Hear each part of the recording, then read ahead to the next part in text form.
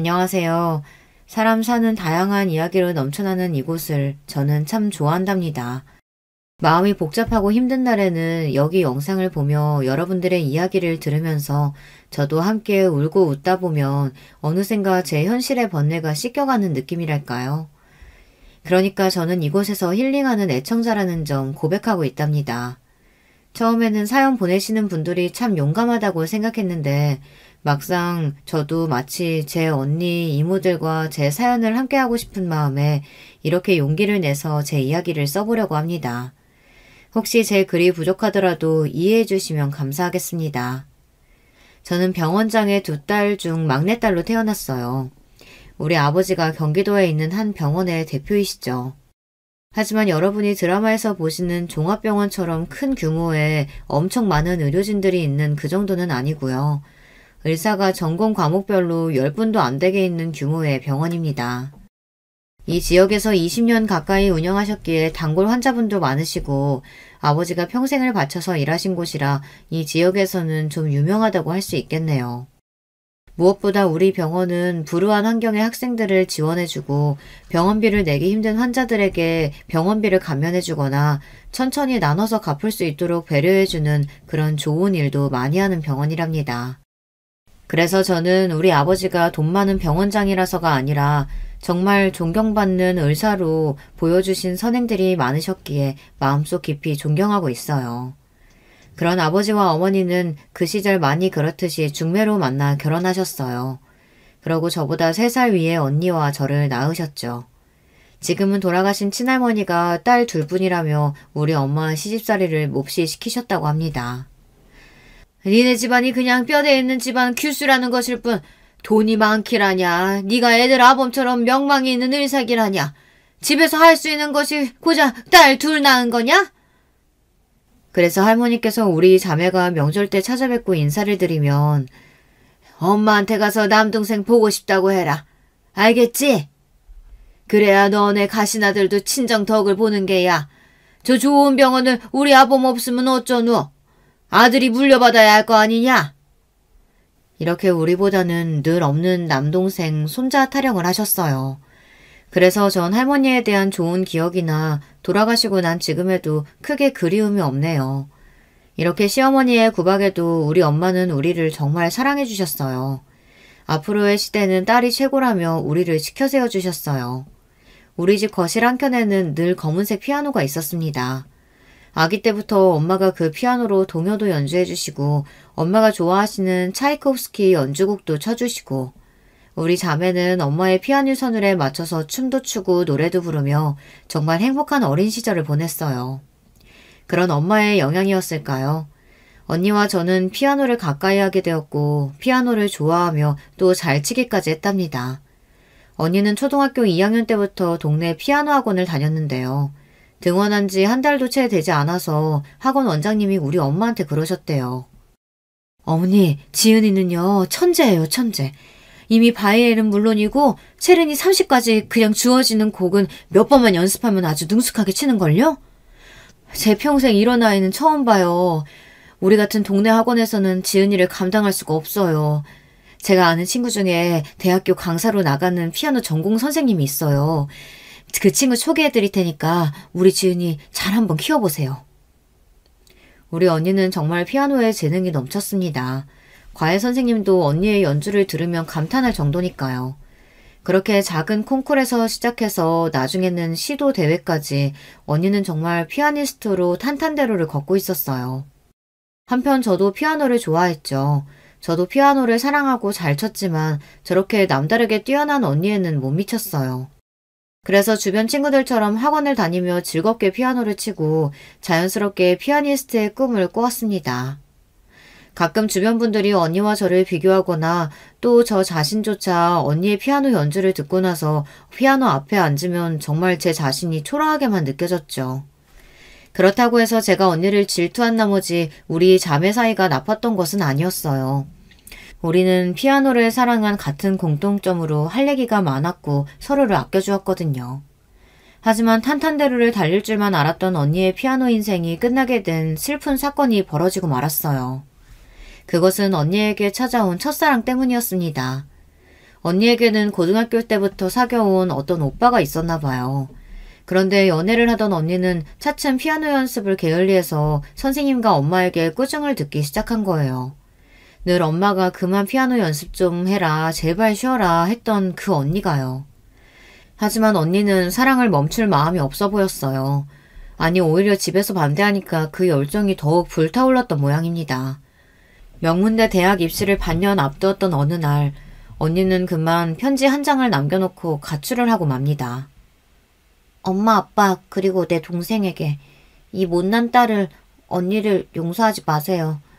저에게는 그 사람이 제일 중요하고 그를 따라서 어디에서든 건강하게 잘 살고 있을 테니까요. 부디 우리 가족분들 모두 건강하게 잘 지내요. 저를 찾지 마세요. 큰 콩쿨 대회에서 어려운 라흐마니노프 피아노 협주곡 3번 연주를 마치고 자신감 있게 웃던 그 멋진 언니가, 저와 주변에 부러움을 샀던 그 언니가 남자 때문에 가출을 하다니 저는 너무 놀라서 까무러칠 뻔했어요. 하물며 우리 아버지 엄마는 어떠셨겠어요. 정말이지 우리 가족은 언니의 가출 이후로 웃음을 잃게 되었습니다. 저는 언니의 일로 충격을 받기는 했지만 그래도 열심히 공부해서 서울의 한 대학교 피아노 전공으로 입학하게 되었습니다. 사실 부모님에게 언니를 대신해서 기쁨을 드리고 싶은 마음도 있었어요. 하지만 대학교에서 피아노를 전공하면서 저는 현실의 벽을, 평범한 학생의 좌절을 맛보게 됩니다. 언니처럼 대단한 능력을 갖지 못했으니 과에서 두각을 나타내지를 못했고요. 심지어 알만한 콩쿨 대회에서 한 번도 입상한 적이 없으니 이제는 피아노를 그만둬야 하나 하는 괴로운 고민을 시작하게 되었어요. 그때 저는 같은 과에서 한 남자친구를 만나게 돼요. 힘들어하는 저를 위로해주면서 마음을 열게 된 남자친구였죠. 나는 네가 피아노 연주할 때 가장 아름답고 행복하다는 거 알아. 설령 피아니스트로 유명해지지 못하더라도 네가 피아노를 그만두지 않았으면 좋겠어. 누구보다 제 마음을 이해해주는 이해심 많은 남자였어요. 사실 제 마음속에서는 누군가 그런 말을 해주기를 기다리고 있었던 것 같아요. 그렇게 우리는 뜨겁게 사랑을 했습니다. 그러던 어느 날 유럽 헝가리에서 남자친구에게 좋은 조건의 유학 제의가 들어오게 되었어요. 장학금을 받으면서 학비 걱정 없이 대학원에 다닐 수 있게 되고 졸업하고 나면 앞으로의 음악 인생에서 정말 좋은 커리어가 생기는 것이기 때문에 저는 크게 축하해 주었죠. 하지만 이 소식을 전하는 남자친구의 표정은 밝지만은 않았어요. 맞아요. 저 때문이죠. 그가 헝가리로 유학을 가고 나면 우리는 적어도 4년 이상은 못 버는 처지가 되니까요. 남자친구는 저에게 결혼해서 함께 유학 가는 것을 권했어요. 하지만 이제 막 22살의 제가 갑자기 결혼이라니 믿겨지지가 않았죠. 그리고 결혼은 우리끼리 좋다고 할 수 있는 것만은 아니잖아요. 처음 이 이야기를 엄마에게 조심스럽게 전했죠. 정민아, 그게 무슨 말이니? 너 언니 생각 안 나? 아직 대학교도 졸업하지 않은 어린 네가 아직 알지도 못하는 남자랑 결혼해서 유학까지 간다니. 엄마는 그런 생각 해본 적 없어. 엄마는 너무 속상해하셨습니다. 그리고 엄마에게서 이 이야기를 들으신 아버지는 저를 불러서 말씀하셨어요. 정민아, 우리에게는 이제 너뿐이란다. 하나뿐인 딸마저 잃고 싶지 않구나. 생각을 바꿔볼 수 있겠니? 그리고 아직 그 친구를 소개받진 않았다만 그 남자는 비전이 없어. 이쪽 음악업계는 너도 잘 알잖니. 혼자 능력 있고 잘한다고 되는 것도 아니고 그 친구가 유학 다녀온들 꼭 성공하리란 보장이 없지 않아. 들어보니 그 친구 집안이 그렇게 지원을 해줄 만한 집안도 아닌 것 같더구나. 나는 그 친구 따라 외국 가서 고생할 네 생각하면 이 결혼 허락해줄 수가 없다. 부모님은 언니를 한순간에 남자에게 빼앗긴 예전의 충격에서 아직 헤어나오지 못하신 것 같았어요. 게다가 하나 남은 막내딸이 비전 없는 남자에게 시집간다니 반대하시는 것이 당연했습니다. 저는 처음에는 그런 부모님의 뜻을 이해하지 못하고 남자친구와 헤어질 수 없으니 결혼을 하지 않더라도 헝가리로 따라가려고 했었어요. 하지만 유학이 정해진 그 학교에 갈 수 있는 것은 남자친구일 뿐이고 그럼 나는 거기까지 따라가서 뭐하지? 나는 어디에서 피아노를 배워야 하지? 우리는 가난한 유학생이니까 내가 공부를 접고 일이라도 해야 하는 걸까? 유학에 대한 생각은 고민할수록 정말 현실적인 물음표뿐이더라고요. 결국 저는 남자친구에게 이별을 고하기로 했습니다. 그래, 네 생각을 내가 미처 하지 못했어. 너를 잡고 싶은 이기심에 너한테 무리한 요구를 한 것 같아. 나 헝가리에 혼자 갈게. 하지만 정민아, 나는 너를 잊지 못할 거야. 언젠가 피아니스트로 성공해서 네 앞에 돌아올게. 사랑해. 그렇게 우리는 공항에서 마지막 포옹을 하고 이별을 맞이했습니다. 저는 이제 다시는 사랑 같은 거 하지 않기로 했어요. 아니, 다시 누구도 그이만큼 사랑할 수는 없을 것 같았어요.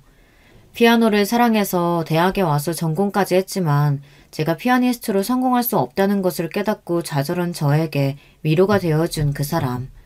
그리고 언니처럼 사랑 하나만 보고 같이 도망갈 수 없었던 비겁한 나. 남자친구와 헤어진 뒤 저는 살아도 산 게 아니었어요. 제대로 먹지도 못하고 하고 싶은 일도 없이 그냥 시간만 보냈습니다. 이런 저를 걱정한 엄마는 대학교 졸업하자마자 결혼을 시켜야겠다며 좋은 혼처를 알아보느라 분주하셨습니다. 엄마가 알아보신 선자리에 저는 영혼 없이 다녔어요. 제가 딱히 무언가 하고 싶었던 것도 아니고 부모님 걱정시키지 않게 결혼해서 살면 되지 싶었어요. 어차피 누구를 만나도 사랑할 마음은 요만큼도 없었으니까요. 그렇게 조건 좋은 집에 시집가도 아무래도 상관없었죠. 처음에는 아빠 병원에 있는 한 정형외과 의사, 그 다음에는 외가댁 어른의 소개로 만난 증권투자회사 사업가, 그 다음에는 잘 기억도 나지 않고 그냥 주말마다 나가라고 말씀하시면 선을 보고 왔어요. 그 중에 제가 마음에 드는 남자가 없었습니다. 이렇게는 안 되겠던지 엄마는 결혼정보회사에 저를 가입시키셨어요. 듀오나 뭐 그런 알만한 이름의 회사가 아니고요. VVIP 상위 1%의 조건에 드는 미혼 남녀만 가입할 수 있다고 하는 곳이라고 들었어요. 가입비만 5천만 원이나 한다고요. 우리 집이 그렇게 부유하지는 않은 것 같지만 그래도 병원장 딸이고 가입비를 내서인지 그 이후 들어오는 선자리는 정말 다르더군요. 그렇게 두어 번 선자리를 갖고 나서 저는 형택 씨를 만나게 되었어요. 형택 씨는 한 건설회사의 상무직을 맡은 회사 대표의 아들이었습니다. 형택 씨의 아버지는 매출액이 몇백억에 달하는 중견 건설업체의 창업자이자 대표시고 그 회사를 앞으로 이어받을 거라고 말하는 그의 모습이 당당해 보였어요. 하지만 그 남자에게 관심이 생긴 이유는 그 점이 아니었어요. 부유한 집안의 자제라기엔 거만한 구석이 없고 참 조용하고 세심한 사람이었어요. 건설회사의 상무라는 자리가 어울리기는 할까? 오히려 저처럼 음악을 전공하는 사람이라야 어울릴 것 같은 성격을 가졌습니다. 정민 씨, 우리가 집안끼리 어울려서 만나면서 사랑을 이야기하는 건 아이러니하지 않아요? 그래도 저는 정민 씨가 처음 본 것 같지 않고 친근하고 편하네요. 정민 씨는 어때요? 제가 편한가요? 네, 사실 저도 같은 생각을 하고 있었어요. 형태 씨는 좀 다르네요. 다정하면서 세심하신 분이신 것 같아요. 그래요, 그럼 잘 됐네요. 다음에 만나자고 부탁하면 들어줄 거죠? 이렇게 우리는 우유처럼 부드러운 첫 만남을 가지고 이후 데이트를 여러 번 했습니다. 주로 음악회나 미술 전시회에 자주 다녔어요. 형택 씨도 예술에 관심이 많아서인지 음악 전공자인 저를 배려하는 마음 때문인지 왜인지는 잘 모르겠지만 서로의 관심사가 비슷하다는 것은 참 좋은 일이었어요. 우리는 그렇게 호감을 갖고 4개월간 만났고 자연스럽게 결혼 이야기가 나왔습니다. 먼저 형택 씨가 우리 부모님에게 인사를 드리러 왔고 형택 씨의 조건도 성격도 마음에 들어 하신 부모님은 제가 서둘러 결혼했으면 하는 눈치셨어요. 예상치 못하게 일찍 결혼하게 된 저는 어리둥절했지만 형택 씨의 집안에서 저를 어떻게 생각하실지 궁금했죠. 형택 씨는 이상하게도 자기 집에 대해서는 말을 아꼈거든요. 형택 씨의 집은 용산구에 있는 한 커다란 단독주택, 아니 호화주택이었습니다. 역시 모 기업의 회장님 댁다운 집이었어요. 정원에 있는 조각품의 아름다움을 넋을 잃고 보고 있는데 한 40대쯤 되시는 아주머니가 와서 집안 응접실로 저와 형택 씨를 인도했습니다. 형택 씨가 어렸을 때부터 이 집에 계셨던 분인지 형택 씨가 편하게 청주 이모라고 불렀습니다. 청주 이모는 형택 씨만 부르는 애칭이고 이 집에서는 청주댁이라고 불렸습니다. 형택 씨 이야기로는 이 집에서 10년 넘게 계셨고 어머니 다음으로 집안일을 잘 알고 계신 분이며 좀 엄격하고 무서워 보이지만 좋은 분이라고 칭찬했습니다. 저는 무의식적으로 느꼈습니다. 아, 청주댁과 잘 지내야 이 집에서 잘 지낼 수 있겠구나. 맞아요. 청주댁은 이런 대저택에서 보이지 않는 실세와 같은 분이었어요. 청주댁은 예의 있게 저를 대하면서도 새로 집안에 들어올 여자를 경계하는 눈빛을 감추지 못하는 느낌이었습니다. 청주댁이 저녁 식사를 살피러 가고 나서야 예비 시부모님께서 응접실로 오셨습니다. 아가씨가 우리 형택씨의 배필이로군. 반가워요. 나 건설회사 대표이자 형택이의 아비 되는 사람이요. 악수 한번 합시다. 예비 시부께서는 170cm가 될까 말까 하는 다소 작은 키에 풍채가 크신 분이셨습니다. 목소리가 호탕하고 자신감이 넘치셨으며 단정하게 포마드한 머리 스타일이 한 회사 대표다운 모습이었습니다. 옆에 서 계신 예비 시모는 한복을 위아래로 곱게 차려입으신 가녀린 몸을 갖고 계셨습니다. 여성스러우면서도 고풍스러운 이미지를 가지셨고 시부와는 대조되는 조용조용한 말씨를 쓰셨어요. 형택이가 마음에 드는 처자를 만났다고 해서 내가 꼭 데려와서 밥 한 끼 먹이고 싶다고 때를 썼지 뭐예요. 정민 씨를 불편하게 한 건 아니죠? 전혀요, 어머님. 말씀 편하게 낮춰주시면 제가 더 편할 것 같아요. 아무리 아랫사람이라도 초면에 그럴 수야. 그래도 우리 집 사람 될 테니 천천히 그래 볼까요? 그렇게 걱정과 달리 예비 시부모님은 좋은 분들 같아 보였고 함께 식사를 하며 많은 이야기를 나누게 되었습니다. 나는 말이지 젊어서부터 사업에 올인한 남자라 늘 우리 사돈집은 판검사나 의사 같은 지식인 집안이었으면 했단 말이지. 그대가 아버님께서 아주 명망 있는 의사 선생님이라고 들었는데 네, 아버지. 제가 인사드리러 배웠을 때 그 지역분들이 존경에 맞지 않는 인품이 뛰어나신 분이셨습니다. 돈만 밝히지 않고 병원에서 좋은 일도 많이 한다면서요, 정민 씨. 네, 아버지께서는 옛날부터 불우한 환경의 학생들을 위한 장학제도나 병원비가 없어서 치료받지 못하는 분들에게 무료로 치료도 많이 해주셨어요. 우리 집하고 딱 걸맞는 집안이네. 이제 좋은 아가씨 만났으니 형택이 네 나이도 30대 중반이고 어서 결혼 서두르는 게 좋겠구나. 그렇게 우리는 순조롭게 결혼식을 올리고 그 저택 2층에서 신접살림을 차리게 되었습니다. 사랑해서 하게 된 결혼은 아니었지만 만사가 편하고 잘 진행되니 그저 다른 사람들처럼 행복한 가정을 이루자 하고 소박한 꿈을 꾸었던 저는 그만 결혼하고 얼마 안 돼서 놀라운 사건을 목격하게 됩니다. 어느 날 밤 1층에서 물건이 깨지는 소리, 다투는 소리로 시끄러워 내려가 보니 시부모님께서 싸우시는 게 아니겠어요. 저는 계단 난간 뒤에서 몰래 서서 대화를 듣게 되었죠. 이제 당신 나이도 환갑이 훌쩍 넘었어요. 언제까지 그렇게 더럽게 살 겁니까? 뭐? 더러워? 이 할망구가 말이면 다 한 줄 아나? 회장님한테 말하는 꼬락서니가? 도대체 이번에는 몇 살짜린 줄 알아요? 제발 채통 좀 지켜요. 아무리 여자가 좋아도 상황을 봐가면서 해야지. 모임에 나만 두고 혼자 나가서 식당 여직원과 그 짓을 해요? 어허! 이 사람이 무슨 오해를? 집안에서 누가 듣겠네. 도대체 무슨 말도 안 되는 상상을 하는 게요? 오해요? 내가 지금까지 당신하고 산 30년 세월 동안 몇 명의 여자를 참아왔는지 알기나 해요? 그 나이가 돼서도 그 욕정 참지 못하고 모임에서 뛰쳐나가서 그 짓을 하고 와? 내가 당신 때문에 수면제에 우울증 약에 왜 이렇게 살아야 하는지. 급기야 시모는 대성통곡을 하셨고 시부는 그대로 집을 나갔습니다. 언제부터 내 뒤에 계셨던 건지 청주 이모는 쓱 나와서 시모를 모시고 안방으로 들어갔습니다.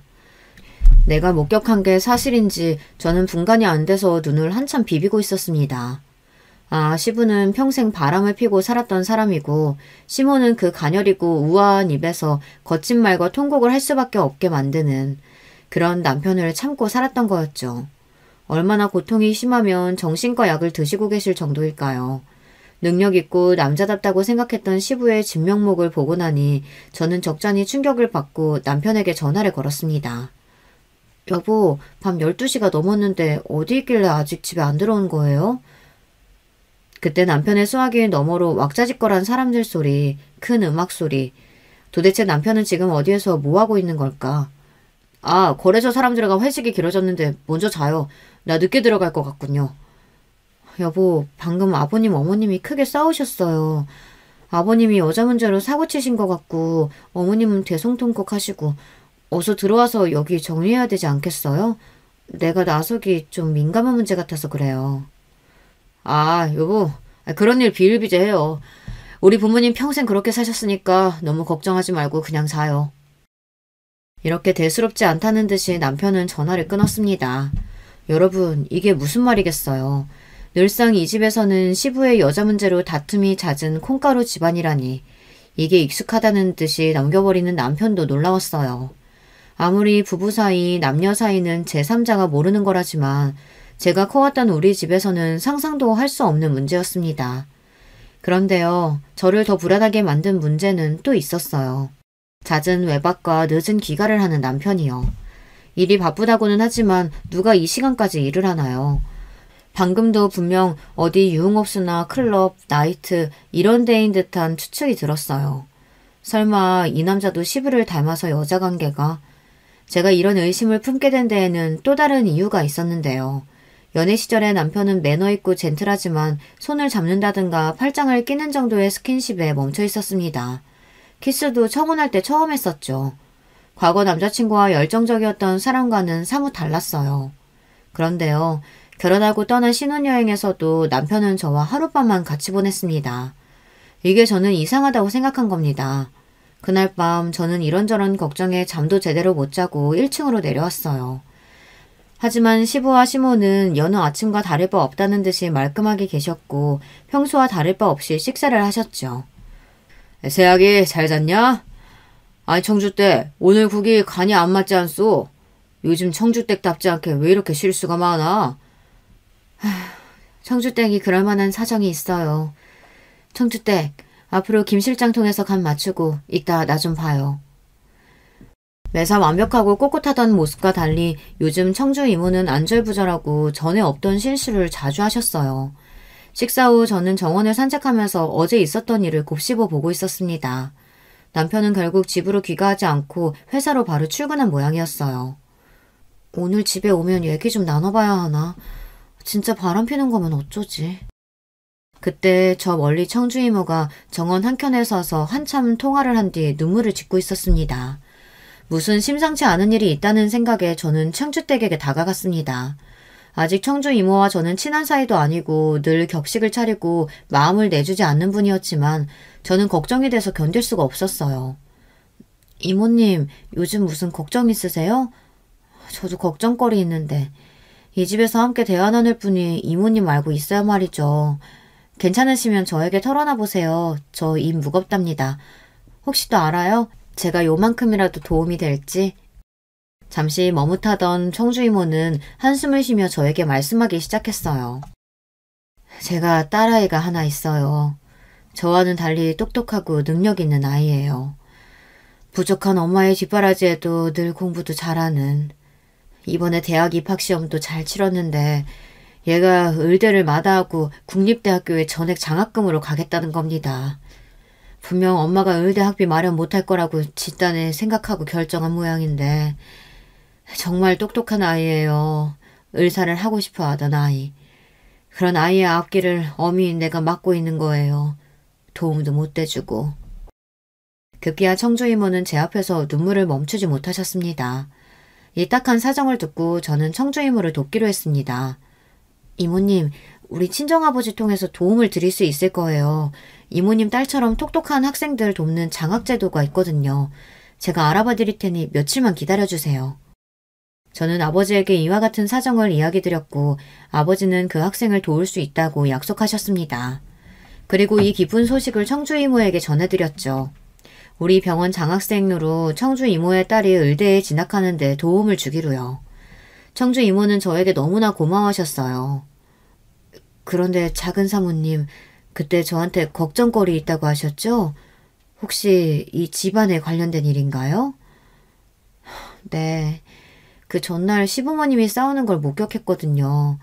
원래 그러신가 봐요. 네, 직접 보셨다니까 솔직히 말씀드리면요. 옛날부터 회장님이 여자 문제가 많으셨어요. 하룻밤 보낸 여자로 모자라서 아예 살림 차려주고 드나들었던 세컨드도 여러 명 있었죠. 그 여자들 정리하느라 사모님 저도 같이 고생했었죠. 그런데 사모님이 더 미치겠는 건 지나가는 여자애들 식당 여종업원이건 집안에서 일하는 애들이건 가리지 않고 거느려고 하시는 거죠. 사모님이 그래서 몸도 많이 상하시고 정신과 약 드시면서 정말 안 된 분이세요. 그때가 돼서야 저는 문제 많은 집에 시집왔다는 것을 깨닫게 되었어요. 근데 사모님, 제가 이런 거 궁금해한다고 기분 나빠하지 않아주시면 뭐 하나 물어봐도 될까요? 사실 큰 사모님도 궁금해하시는 부분이기는 한데 아기 소식이 있다거나 상무님과 부부관계가 괜찮으신지요? 갑자기 훅 들어온 민감한 질문에 저는 너무 당황했어요. 네? 아니 왜 그런 걸 궁금해하시는... 이모님도 아시겠지만 남편이 집에 잘 안 들어와요. 요사이 외박도 잦고 저를 아내로서 좋아하기는 하는 것 같은데 왜인지 밤에는 저를 피하는 기분이에요. 맨날 혼자 잠드는 것 같아서 저 좀 외롭네요. 저는 멋쩍듯이 웃으며 가볍게 넘기려고 했죠. 그런데 제 얼굴을 찬찬히 걱정스럽게 살피는 이모님의 표정에 왠지 모르게 찜찜했어요. 어쨌든 자신의 딸을 도와준 일을 계기로 청주 이모와 저는 둘도 없는 사이가 되었습니다. 그리고 시부의 여자 문제는 날로 시끄러웠고 시모는 갈수록 건강이 악화되셨죠. 급기야 어느 날 새벽 시모는 욕실 안에서 의식을 잃고 쓰러져 계셨습니다. 스트레스를 참다 못한 어머님은 그만 자살 시도를 하신 거예요. 마침 집안에서 청주 이모와 얘기를 나누고 있던 보안팀 관리소장 서 과장이 시모를 모시고 응급실에 가서 다행히 큰 일은 당하지 않을 수 있었습니다. 하지만 의식을 찾은 시모는 집에 돌아오고 싶어 하지 않으셨습니다. 며느리인 네 앞에서 할 얘기는 아니다만 난 그 집에는 가고 싶지 않구나. 네 시아버지와 이혼할 수도 없으니 그냥 날 요양원에 보냈다오. 시모는 눈물을 짓고 저를 바라보며 말씀하셨습니다. 같은 여자로서 저는 가슴이 아팠습니다. 그 길로 모든 시설이 안락하고 어르신들의 사교 취미활동을 잘 지원해준다고 소문난 요양원을 수소문해 시모를 입소시켜 드렸어요. 그리고 일주일에 한 번씩 찾아뵙고 안 계신 동안 집에 일어난 일들을 이야기 나누는 말벗이 되어드리고 또 그곳에서 불편함 없이 잘 지내시는지 챙겨드렸습니다. 외로운 저택에 이제 시모도 안 계시니 며느리인 저와 청주 이모가 집안의 대소사를 관리해야 했습니다. 게다가 시어머니가 집에 안 계시니 시아버지는 더욱 대놓고 집 안과 밖에서 여자를 탐닉하고 다녔습니다. 그 연세에 그 정력이 참으로 신기했어요. 그런데 말이죠. 그런 아버지와 대조되는 아들, 제 남편은요. 저와 부부관계를 맺은 것이 단 2번뿐이었습니다. 결혼한 지 7년 동안 말이죠. 신혼여행에서 한 번, 그리고 결혼 1년차 때에 시부가 왜 아이를 갖지 않냐고 저희를 막 혼내시던 날 밤 2번째. 이렇게 2번이 전부였습니다. 저는 사실 마음속으로 확신하고 있는 게 있습니다. 이 남자 분명히 남성 기능에 문제가 있구나. 그날 청주 이모와 둘이 백화점에서 장을 보고 식사를 하다 이런 이야기가 나왔어요. 이모님, 분명 남편에겐 성적으로 어떤 문제가 있는 거예요. 그쵸? 이모님은 알고 계신 게 있으시죠? 사실 아드님이 사모님과 선을 본 데엔 뒷이야기가 있어요. 우리 형택도련님이 옛날부터 남다른 성적 취향을 갖고 있다는 걸 가족들도 다 알고 가까운 친척들은 물론 가까운 집안들도 다들 아는 사실이었답니다. 그래서 알만한 집안에서 결혼시키지 못하고 아예 다른 쪽 모르는 좋은 집안의 아가씨를 찾고 있었던 거예요. 그리고 사모님이 그 중매쟁이의 추천으로 선을 보게 된 거랍니다. 정말이지 기가 막힐 노릇이었어요. 그러니까 저는 애초에 비정상적인 남자에게 속아 팔려온 결혼을 했던 거죠. 이 사실을 알고 제 속은 더 복잡하고 괴로웠지만 현실적으로 이혼을 하기는 어려웠습니다. 남편은 그런 결점 외에는 좋은 사람이었어요. 다정하고 세심하게 저를 아껴주고 아이를 갖지 못하는 점에 대해 미안하게 생각하고 있었거든요. 그리고 부유한 집안에서 생활은 여유롭고 편했으니까요. 게다가 이 문제로 이혼을 하기에는 이혼녀가 될 자신도 없고 우리 부모님께서 너무 큰 실망을 하실 것이 불보듯 뻔했기 때문이에요. 하지만 우리 부부 사이에 아이가 없고 여자로서 외로운 현실만이 문제가 아니었습니다. 그렇게 저렇게 잘 살고 있던 저에게 3년 뒤 큰 위기가 찾아왔어요. 바로 우리 친정아버지가 큰 화를 당하신 겁니다. 우리 아버지가 경제적으로 어려운 환자들에게 무료로 치료해준 일이 많이 있었다고 말씀드렸는데요. 그중 나쁜 몇몇 환자가 아버지에게 해코지를 한 겁니다. 돌팔이 의사가 치료를 잘못해서 다리 한쪽을 못 써서 병신이 되었다며 아버지에게 찾아와 행패를 부린다는 거예요. 물에 빠진 사람 건져냈더니 보따리에 내놓으란 속담이 있듯이 어떻게 사람이 은혜를 입고 원수로 갚는단 말인가요? 그 사람들로 인해 병원에는 안 좋은 소문이 돌게 돼서 환자 수도 퍽 줄게 되었습니다. 게다가 엎친 데 덮친 격으로 근처에 대학병원이 들어오게 되니 이제 아버지 병원은 정말 운영이 어려운 상황에 놓이게 된 거예요. 그리고 그 환자들끼리 모여서 아버지에게 의료소송을 한다고 손해배상을 물게 한다고 더욱 아버지를 괴롭혔습니다. 다른 의사는 몰라도 우리 아버지는요. 병원비도 양심적으로 받고 기부나 봉사도 많이 하셔서 여느 병원장만큼 재산도 많지 않았어요. 그저 평범한 집이었을 뿐인데 협박하는 환자들에게 합의금을 물어주고 또 병원의 상황은 악화되니 결국 폐업의 위기에 들어선 거예요. 그 병원은 우리 아버지의 의사생활 전부를 바친 곳인데 결국 그렇게 허망하게 병원 문을 닫아야 했습니다. 이미 나이가 65이 넘으신 아버지는 이 충격에 건강마저 안 좋아지시고 집에 몸져 누워 계셨어요. 친정일로 슬픔에 젖어있던 어느 날 식사 자리에서 시부가 저에게 말씀하셨어요. 비서통에서 사돈댁 얘기 들었다. 아니 이게 대체 어찌된 일이란 말이냐? 에이 거참 겨우 병원 하나 있는 집인데 그마저도 문을 닫다니. 재산도 거의 없다고 들었는데 사실이냐?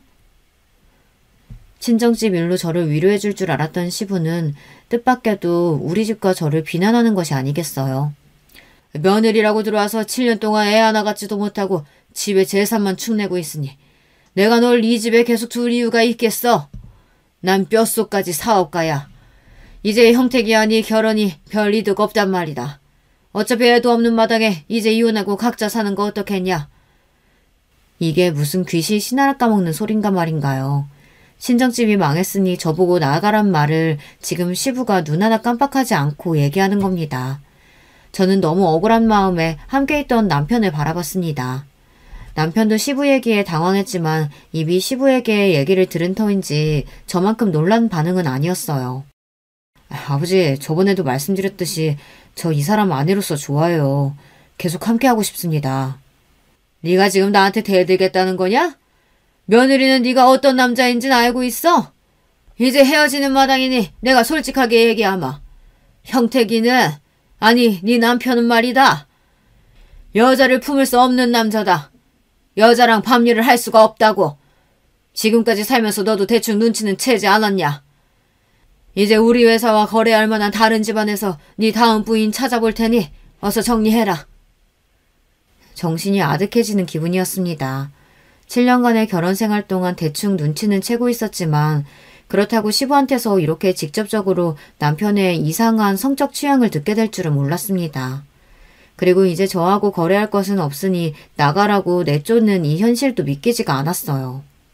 저런 남편과 살면서 집안 살림도 하고 요양원에 계신 시모도 모셔가며 정말 며느리로서 할 도리 잘하고 살았는데 말이에요.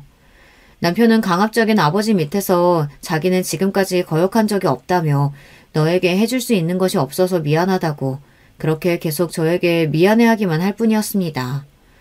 저는 이대로 이 집에서 내쫓기고 마는 걸까요? 방에서 울면서 이혼 준비를 알아보고 있을 때였어요. 청주 이모가 방에 들어오셔서는 저를 달래주었습니다. 저는 친정엄마인 양 이모님을 끌어안고 엉엉 울었습니다. 이모님 아시잖아요. 제가 7년 동안 어떻게 살았는지. 저 정말 열심히 잘해왔다고 생각했는데 이렇게 하루아침에 쫓겨날 수 있는 거예요? 바보 같은 남편도 해줄 수 있는 게 없대요. 알지. 내가 알지. 우리 작은 사모님 이 막대먹은 집안에서 유일하게 사랑굿이라는 사람이었는데 이런 보물을 몰라보는 김 회장 벌 받을 거예요. 벌 받고 말지. 자 이제 그만 울고 정신 차려봐요. 멍충이처럼 한 푼도 없이 쫓겨날 거예요? 정말? 울음을 멈추고 고개를 든 저에게 이모는 USB 하나를 건네주는 것이었습니다. 곱게 자란 사모님에게 그간 내가 이 집안 비밀을 구구절절 말할 수는 없으니 여기에 담긴 영상을 한번 봐봐요. 그리고 이 비밀은 여기 김씨 남자들의 치부랍니다. 이혼하면서 빈손으로 할 순 없잖아. 사람에게 인색하기로 소문난 김 회장이 며느리한테 위자료 한 푼 주지 않을 거라는 건 내가 알아요. 변호사랑 이 영상 어떻게 써먹을지 잘 고민해보고 잘 사용해주면 좋겠어요. 그동안 이 집에서 날 사람답게 친이모처럼 대해주고 따라줘서 고마워요. 그런 이모가 주는 선물이라고 생각해요. 복받쳐 오르는 감정에 이모는 말을 다 끝마치기도 전에 눈물을 참지 못하고 밖으로 나가셨습니다. 이모의 선물, 나의 동아줄, 그 안에 담긴 영상은 무엇일지 여러분 감이 오시나요? 지금 이 사연을 듣고 계실 여러분들은 정상적이고 좋으신 분들이 많으실 텐데 제가 설명할 그 영상에 대한 이야기를 듣고 충격받지 않으시길 미리 당부드립니다. 우선 A 폴더에 들은 수십 개의 영상은 바로 시부가 찍힌 영상이었습니다. 그간 얘기로만 들었던 시부가 여자들을 성추행하고 심지어 강제로 관계를 가진 영상까지 있었습니다. 이 집안에서 일하는 여자분들 혹은 건설회사의 여직원들, 많게는 50대부터 어리게는 20살도 채 되지 않은 도우미 분의 딸까지 금수 같은 시부는 손으로 더듬고 추행했습니다. 여자들은 반항하고 싫어했지만 시부는 자신의 돈을 믿고 권력을 믿고 여자들을 갖고 논 것이었던 거예요. 단순히 여자들과 놀아난 문제 그 이상이었습니다. 강제 성추행, 성폭행이라는 범죄를 저질렀으니까요. 시부가 그동안 그분들에게 알량한 돈으로 입막음하면서 그 나이 처먹도록 그렇게 살았다는 사실에 저는 화가 났습니다. 더러운 포르노를 보며 저는 제 눈을 씻고 싶었습니다. 게다가 그런 악행을 저지른 자가 시부라니, 내 남편의 아버지라니 정말 기가 찰 노릇 아니겠어요. 하지만 이게 끝이 아닙니다. 다음 B 폴더의 주인공은 다름 아닌 제 남편이었어요. 제 남편은 어떤 영상에서는 한 명의 남성과 또 어떤 영상에서는 여러 명의 남성과 옷을 거의 다 벗다시피 하고 정말 변태처럼 노는 거예요. 성적으로 말이에요. 어디서도 보도 듣도 못한 광경에 저는 입이 떡 벌어져서 영혼이 빠져나가는 기분을 느꼈습니다. 그러니까 저 변태처럼 놀고 있는 사람이 내 남편이고 여자가 아닌 남자들이랑 관계를. 지금 이 글을 쓰면서도 너무 치욕스럽고 더럽고 창피하네요. 이렇게 충격적인 시부와 남편의 비밀 영상을 보고 나니 시부가 요구하지 않아도 이 집에 있을 이유가 사라져버렸습니다. 그래도 행복하고 평범하게 열심히 살았다고 생각했는데 지난 7년간의 결혼 생활은 정말 물거품이고 허상이었다는 생각에 너무너무 힘들었습니다. 저는 이 영상들을 보고 난 뒤 청주 이모와 이야기를 했습니다. 작은 사모님, 많이 놀랐죠? 정말 미안해요. 이 집 남자들이 얼마나 형편없는 인간들인지 알면서도 미리 얘기하지 못했어요. 이모는 진심으로 저에게 미안해하셨어요. 이모, 저는 정말이지 좀 더 일찍 얘기해 주셨으면 이 집에서 살지 않았을 거예요. 진작에 이혼했겠죠. 그런데 왜 이제 와서 저한테 이 얘기를 해주시는 거예요? 저도 우리 작은 사모님이 너무 좋은 분인 걸 알기에 양심의 가책을 느껴가며 숨길 수밖에 없었던 이유는 회장님 때문이었어요. 지들이 숨길 게 많다는 게 찔렸는지 이 집안 사람들 모두에게 철저히 비밀로 할 것을 강조하고 심지어 협박까지 했어요. 그리고 사모님이랑 상무님이 그래도 잘 살고 계신 것을 알기에 굳이 이 일을 얘기해서 결혼 생활을 끝낼 필요야 있겠나 했죠. 그런데 회장님이 말도 안 되는 이유로 사모님을 하루아침에 내쫓는 모습을 보니 이대로 있을 수는 없겠다고 용기를 낸 거예요. 그리고 이혼할 때 증거 필요하잖아요. 이 증거만 있으면 이혼할 때 많은 위자료 요구하실 수 있어요. 그런 사정이 있으셨군요. 지금이라도 저를 도와주셔서 고마워요, 이모. 그런데 그 영상은 어떻게 얻으신 거예요? 이 집 보안팀 관리소장, 서 과장이라고 아시죠? 사실 서 과장과 저는 언젠가부터 가까운 사이가 되었어요. 그리고 이 집에 감추고 있는 비밀에 대해 서 과장은 저보다 더 많은 것을 알고 있다는 것을 알게 된 건 그리 오래되지 않았답니다. 서 과장에게 얘기 들어보니 회장님과 상무님은 그동안 자신들의 더러운 행위를 이 집 뒤편에 창고로 쓰는 별채에서 은밀하게 하고 있었던 거예요. 온 집안의 CCTV를 관리하고 있는 서 과장은 그 은밀한 별채에도 CCTV가 있다는 사실을 알고 몰래 보관하고 있었고요. 아마 회장님과 상무님은 그 별채에 옛날부터 설치되어 있던 CCTV가 있다는 사실도 모르고 그 짓들을 한 걸 거예요. 그러니까 작은 사모님, 부디 그 두 나쁜 놈들한테 복수해 주세요. 우리 큰 사모님 못가지요. 저는 청주이 이모의 도움으로 큰 무기를 얻게 된 것입니다. 그리고 제 방으로 올라가서 제 모든 짐을 싸서 이 집에서 나올 준비를 다 해놓고 남편과 시부에게 저녁 때 집에서 보자고 연락을 남겼습니다. 이윽고 씩씩대면서 들어오는 시부와 어쩔 줄 몰라하며 조용히 따라오는 남편이 보였습니다. 너 아직도 집에 안 가고 뭐하고 있냐? 어디서 시아버지랑 남편한테 건방지게 오라가라야? 이렇게 흥분하시기엔 아직 이릅니다. 두 분 여기 소파에 앉아서 TV를 봐주세요. 이제부터 아주 기가 막힌 영상이 나올 테니까요. 저는 긴장되고 두근거리는 마음을 감출 수가 없었습니다.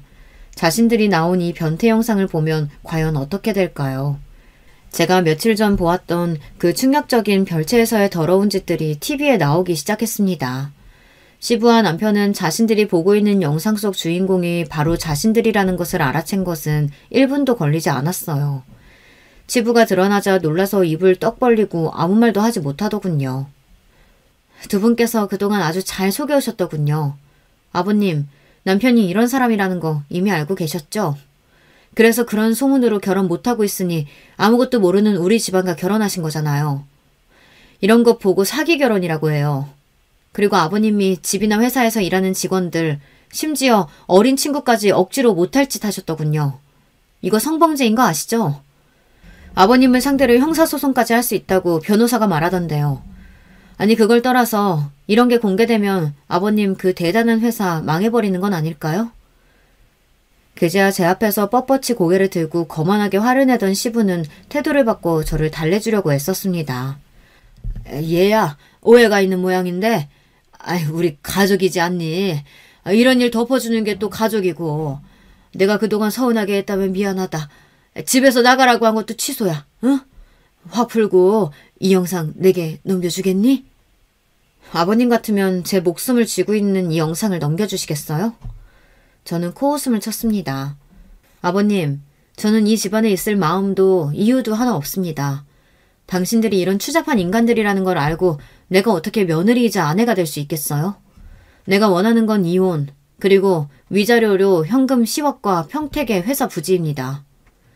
시부 회사의 본사가 평택에 있다가 서울로 이전하면서 차후 공장 부지로 쓰려고 남겨놓은 무려 5만 평의 땅이 있었는데 저는 그것이 시부에게서 뺏을 수 있는 가장 값어치 있는 것이라고 생각했습니다. 아니 그 땅이 앞으로 얼마가 될 땅인데 그것을... 여보, 그동안 속여서 정말 미안해요. 나는 이미 어렸을 때부터 여자를 좋아할 수 없는 놈이라는 걸 알았어요. 정상적인 남자가 되고 싶어도 정말 노력해도 어쩔 도리가 없더군요. 그래서 결혼도 안 하고 그저 회사 일하고 살려고 내 비밀 지키려고 했는데 하지만 아버지의 강요로 당신과 결혼까지 했으니 당신한텐 뭐라고 할 말이 없어요. 아버지, 저는 이 사람이 원하는 건 다 해주고 싶어요.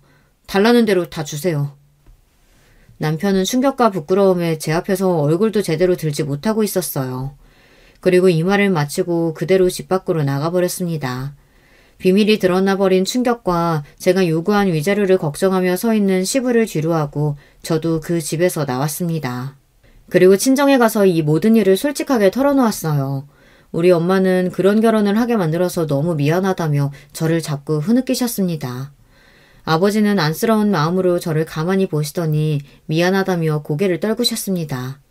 얼마 뒤 시부는 회사 직원을 시켜 제가 요구한 현금 10억과 제 명의로 이전 등기한 평택 공장 부지의 서류를 보내왔습니다. 그리고 그 서류들 앞에 메모지 한 장이 있었어요. 이거 먹고 떨어져라. 비밀이 새어나갔다가 무사하지 못할 거다. 저를 협박하는 내용이더군요. 끝까지 파렴치한 모습을 보여주는 시부였습니다. 저는 이혼녀였지만 아주 돈 많은 이혼녀가 되었으니 괜찮았습니다. 사실 돈을 못 받았더라도 이혼하고 싶었지만 이렇게 되었으니 우리 아버지를 도울 수 있게 되었습니다. 아버지, 이건 제가 그동안 그 집에서 7년 동안 참고 살아온 대가로 받은 돈하고 땅이에요. 그러니 이제 다시 아버지 병원 여세요. 앞으로 돈 걱정하지 마시고 아버지가 하고 싶은 대로 아픈 사람들 치료해 주세요. 아버지는 저에게 너무 고마워하셨습니다. 의사가 천직인 분이 아무 일도 못하고 집에 계셨는데 어려운 사람들을 도와가며 의사일을 할 수 있으니 이보다 더 좋을 수 없다고 하셨어요. 아버지는 새로운 병원을 세우시고 이전처럼 왕성하게 의료활동을 펼치셨습니다. 많은 분들이 아버지가 다시 병원을 개원하셨다는 소식에 멀리서도 찾아오시고 아버지의 힘이 되어주셨습니다.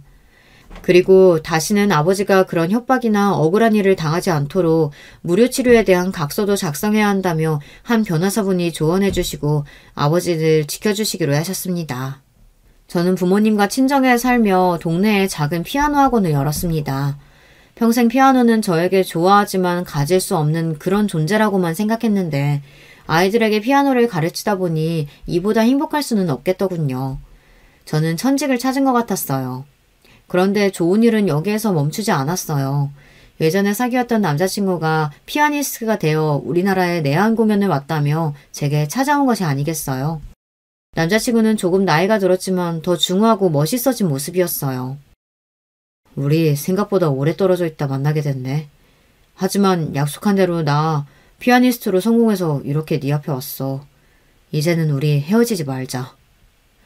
저는 이미 한 번 결혼했던 몸, 멋진 남자친구에게 돌아가기는 어려운 처지였어요. 하지만 남자친구는 이를 개의치 않고 오히려 이혼하고 혼자가 되어 있어서 다행이라며 웃었습니다. 그렇게 저는 남자친구와 조심스럽게 연애를 시작하게 되었어요. 결혼이요? 이미 거품같이 허망한 결혼 생활을 해보았던 저는 결혼 생각이 아직 없습니다. 게다가 남자친구는 총각인데 너무 미안한 일이죠. 지금의 저는 부모님 건강하시고 제가 좋아하는 일을 하고 있고 제가 사랑하는 남자와 만날 수 있으니 그냥 이대로도 너무 감사한 일상을 보내고 있답니다. 이렇게 저는 과거에 겪었던 제 사연을 이야기해 보았습니다. 혹시 제 부족한 글솜씨에 지루하시거나 재미없지는 않았는지 갑자기 걱정이 되네요. 여기까지 함께 해준 분들께 감사드립니다. 여러분에게도 행복이 찾아오시기를 빌며 저는 여기에서 인사드릴게요. 여러분, 두 번째 사연 시작하기 전에 좋아요, 구독 꼭 눌러주실 거죠? 그럼 두 번째 사연 바로 시작합니다. 안녕하세요. 저는 30대 후반의 5살 아이를 키우는 김씨입니다. 오늘 저는 제 경험을 바탕으로 결혼의 조건에 대해 말해드리고 싶어서 사연을 남깁니다. 저는 제가 열렬히 사랑한 남자를 3년이라는 긴 짝사랑 끝에 결혼에 성공했습니다. 정말 제가 눈에 콩깍지가 껴 눈에 보이는 것이 없는 상태였죠. 사람들이 모두 말리는 결혼이었는데 사랑에 빠지면 아무것도 눈에 안 보인다는 말은 드라마에나 나오는 줄 알았습니다. 저는 고등학생을 가르치는 영어학원 선생님입니다. 그래서 어느 정도 학벌도 괜찮은 편이고 외모도 호감형이고 다만 여중, 여고, 여대를 나와서인지 연애에 대한 자신감이 없었습니다. 누군가를 구속하는 것도 구속당하는 것도 제 스타일이 아니라서 연애의 젬병이었죠. 저희 부모님 또한 여자는 결혼해야 한다, 아이를 낳아야 한다는 주의도 아니셨어요. 부동산으로 돈을 모으신 부모님은 매번 결혼 기념일마다 유럽으로 여행을 다니실 만큼 금술이 좋은 부부셨습니다. 제 결혼을 준비하면서 부모님의 부부싸움을 처음으로 목격했으니 두 분이 얼마나 금술이 좋은지 아시겠죠? 두 분이 왜 싸우셨는지 이제 알려드릴게요. 제가 첫눈에 반한 이 남자는 제 PT 선생님이었습니다. 그는 학원 근처의 운동센터에서 만났어요. 점심시간이라 한가한 타임이라서 그런지 선생님이랑 친해질 수 있었고 결혼에 대한 마인드도 그리고 외모 또한 제가 꿈꾸던 이상형에 가까운 남자라 더 관심이 갔습니다. 가만히 있으면 차가워 보이지만 웃을 때 보조개가 들어가서 아이 같은 웃음을 짓는 스타일이 제 이상형이었거든요. 처음엔 회원과 선생의 관계라서 발전할 수 없었는데요. 제가 적극적으로 대시하고 3년이라는 시간을 매일 같은 시간 운동을 하면서 친해지다 보니 저희는 결혼 얘기가 나올 만큼 가까워져 있었습니다. 그런데 구속하는 걸 싫어하고 하지 않는다는 제 마인드가 가장 마음에 든다고 했던 이 남자는 알고 보니 심각한 효자였습니다. 하지만 아시잖아요. 눈에 콩깍지가 끼면 그런 모습도 가정에 잘한다, 부모님을 사랑하는 아들이라는 식으로 포장이 되더라고요. 이 남자는 자기는 홀어머니 밑에서 자라서 어머니가 유일한 가족이기 때문에 이전 여자친구들도 자신의 이런 점을 이해하지 못해서 헤어졌고 처음에 저한테도 자기 삶에는 엄마가 1순위인 거를 이해할 수 있으면 교제를 시작하고 아니면 애초에 시작도 하지 말자고 한 남자입니다. 그때 도망갔어야 했는데 모든 시련은 사랑으로 커버할 수 있다는 저의 판단 미스가 이 사단을 낳았네요. 남편이 이런 놈이다 보니 당연히 저희 친정에서는 반대했습니다. 직업도 저희 아버지가 생각하실 때는 가장의 직업으로 탐탁지 않다 생각하셨고 연하인 점도 홀어머니 밑에서 자란 점도 마이너스였습니다. 아빠는 반듯한 가정에서 자라서 사랑받고 자란 구김없는 남자, 그리고 안정적인 수입이 있어서 딸 고생시키지 않을 남자에게 딸을 주고 싶었겠죠. 아가씨일 때는 그런 마음을 몰랐는데 저도 5살 된 딸아이의 엄마가 돼보니 그 당시 아버지 마음이 이해가 갔습니다. 그래서 이렇게 사연을 보냈는지 몰라요. 누군가의 소중한 딸인 당신에게 결혼은 현실이란 거를 알려주고 싶어서요. 그리고 나처럼 피눈물 흘리면서 현실의 단면을 알아가는 것보단 나을 것 같아서요. 6년 전 시어머니를 처음 뵙는 날이었어요. 안녕하세요, 어머니. 김지연이라고 합니다. 만나 뵙고 싶었어요. 젊으시다곤 들었는데 정말 피부가 너무 좋으세요. 너무 고우세요. 그래, 나도 우리 아들한테 너에 대해서 많이 들었어. 여대 나왔다고? 공부는 잘했겠네? 우리 아들도 아빠가 살아있었다면 훨씬 더 좋은 대학 갔을 텐데. 우리 선우도 어릴 때부터 머리 하나는 정말 좋았는데 내가 먹고 살기 바빠서 서포트를 못 해줘서. 그래도 이렇게 번듯하게 잘 살고 있고 우리 아들 너무 대견하지 않니? 그럼요. 어머니, 선우 씨가 정말 착하고 효자한 거 잘 알아요. 어른 공경심도 높은 것도 알고요. 좋은 사람이라서 결혼하고 싶어서 찾아뵙길 바랬어요. 사실 연하의 남자친구는 결혼에 대한 갈망이 적었어요. 하지만 이 남자랑 연애를 시작하고 1살 더 나이를 먹으면서 이 사람을 닮은 딸 아들을 낳고 싶다는 생각이 강해졌어요. 제가 연봉도 높고 제가 지금 사는 자취방도 투룸이라 신혼집으로 나쁠 것 같진 않아서 결혼하자고 얘기를 꺼냈고 남자친구는 마지못해 알겠다는 식으로 말했습니다. 그렇게 저희는 결혼을 하게 됐어요. 신랑은 아이가 태어나기 전에는 정말 자유로운 영혼이었습니다. 유부남인지 모르겠다는 소리를 듣는다고 하면 대충 아시겠죠? 아이가 태어나고 제가 일을 다시 시작하면서 저희 부부는 정말 많이 싸웠습니다. 시어머니 생활비는 늘 저희 싸움의 주요 원인이었죠. 시어머니는 편의점 아르바이트를 하셨어요. 이제 환갑이 지난 나이이시기도 하고 편의점 점장이신 이모님에게 한가한 낮 시간에 어머니가 5시간씩 매일 일하시고 월급을 받으셨어요. 그 돈은 어머니 생활비를 사용하시고 살고 있는 집 대출금의 원금과 이자는 신랑이 내고 있었습니다. 그래서 처음엔 어머니랑 같이 살자는 신랑에게 어차피 명의는 신랑 이름이니 우리가 계속 대출금 이자는 내어드리는 조건으로 저희 자취방에서 신혼집을 차렸습니다. 저희 친정에서는 반대하는 결혼이라서 도움을 받을 수가 없었어요.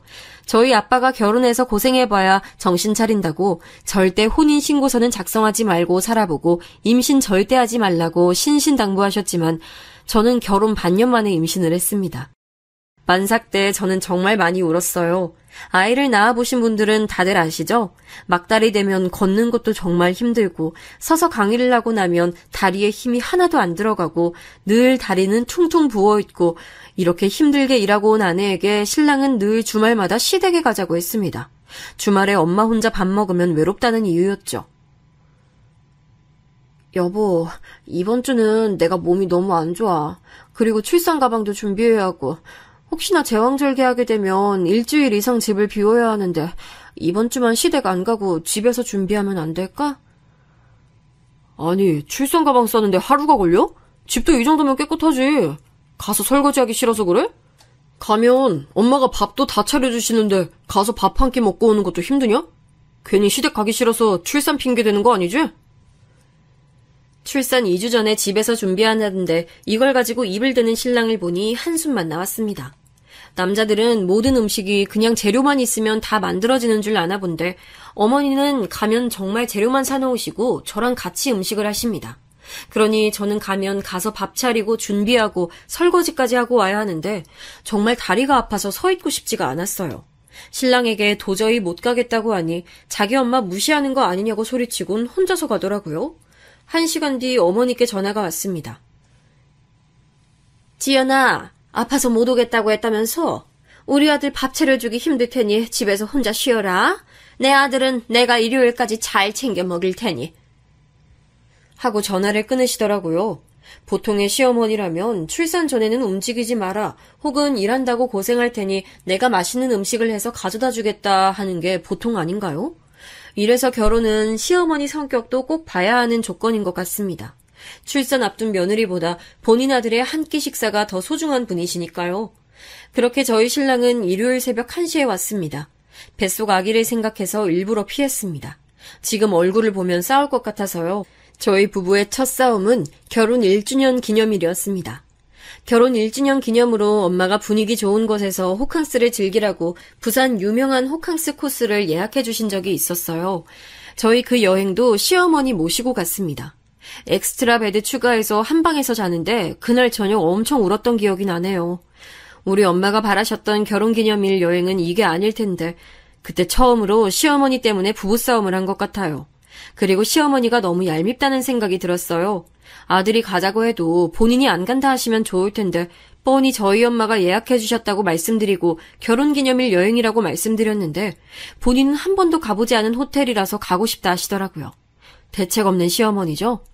더 대박인 것은 제가 출산하면서 친정에서 받은 것들을 본인 집에 들고 가시면서입니다. 출산하면서 산 커피포트와 온수매트 그리고 가습기, 공기청정기 전부 다 친정엄마가 사주셨어요.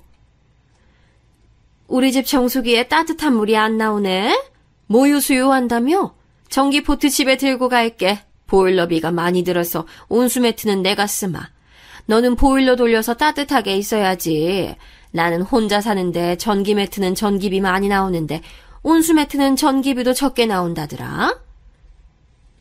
정말 별 이유 같지 않은 이유로 새 상품들을 들고 가셨습니다.